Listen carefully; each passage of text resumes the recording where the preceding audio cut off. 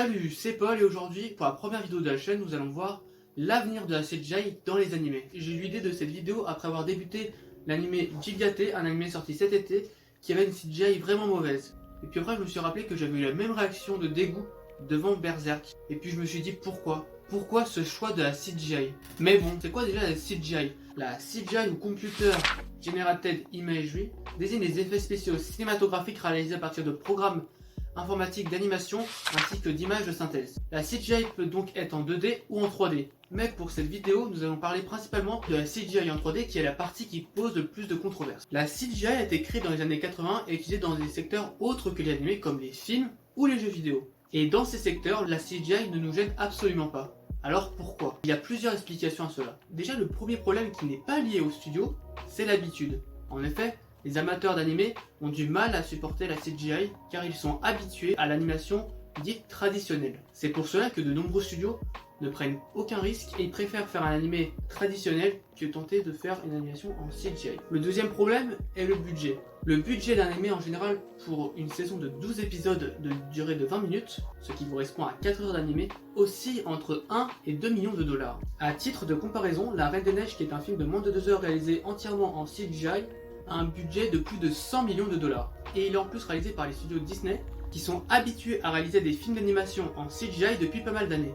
Je pense également qu'il manque un animé de référence réalisé en CGI qui permettrait de montrer la puissance de cette technologie. Mais je pense que cela n'est qu'une question d'années. En effet, des animations à la hauteur de Toy Story pourront être totalement réalisables en animé dans quelques années en CGI. Un autre problème qui revient souvent est le fait que les animations en CGI ont des mouvements assez lents, limite robotisés, comparé aux animations traditionnelles. Le problème derrière, c'est que les animés CGI ne peuvent pas tricher sur les mouvements comme peuvent le faire les animations traditionnelles.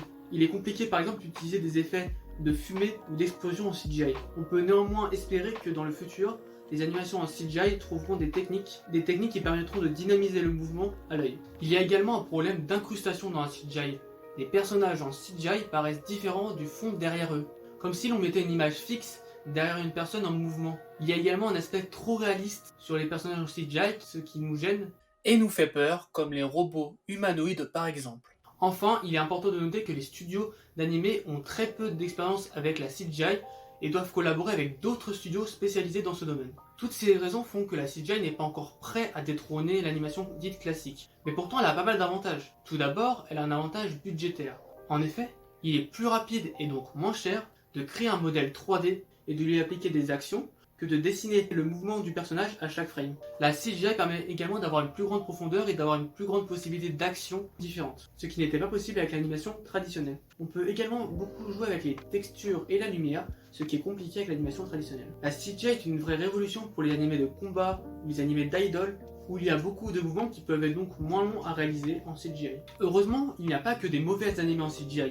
La technologie évolue et la qualité de l'animation aussi. Je vais vous donner quelques exemples. On peut tout d'abord citer Ice Core Girl ou Baki, qui sont des animés qui utilisent pas mal de CGI et qui, à part à certains endroits, sont des très bonnes animations en CGI. On peut également citer God of High School et Demon Slayer, qui utilisent beaucoup de la CGI en combat. Et oui, Demon Slayer, qui est un animé qui est reconnu pour son animation, utilise la CGI. Et je suis sûr que certains d'entre vous qui n'aiment pas la CGI ont aimé ces scènes qui étaient faites en CGI sans le savoir. Sans le savoir car ça n'était pas précisé. Je pense donc que chacun doit faire un effort et se dire que la CGI n'est pas synonyme de mauvaise animation. Je pense donc que la CGI va se développer dans le temps grâce à l'évolution technologique et le gain d'expérience des studios d'animé. Cela va permettre de pouvoir limiter le temps de certaines animations et donc de libérer du temps aux animateurs qui en ont bien besoin dans ce milieu. Je pense néanmoins que l'animation classique va rester, mais il va y avoir de plus en plus d'animés dits hybrides, utilisant l'animation traditionnelle et la CGI pour certaines scènes de danse, d'action ou de combat, ce qui est déjà le cas avec Demon Slayer par exemple. Voilà, j'espère que cette vidéo t'a plu. Si c'est le cas, je poste ce genre de vidéo toutes les 2 semaines, donc n'hésite pas à t'abonner à la chaîne et activer les notifications. Je t'invite aussi à me suivre sur les réseaux sociaux, le lien est dans la description. Sur ce, je te souhaite une bonne journée, une bonne soirée, c'était Paul, salut!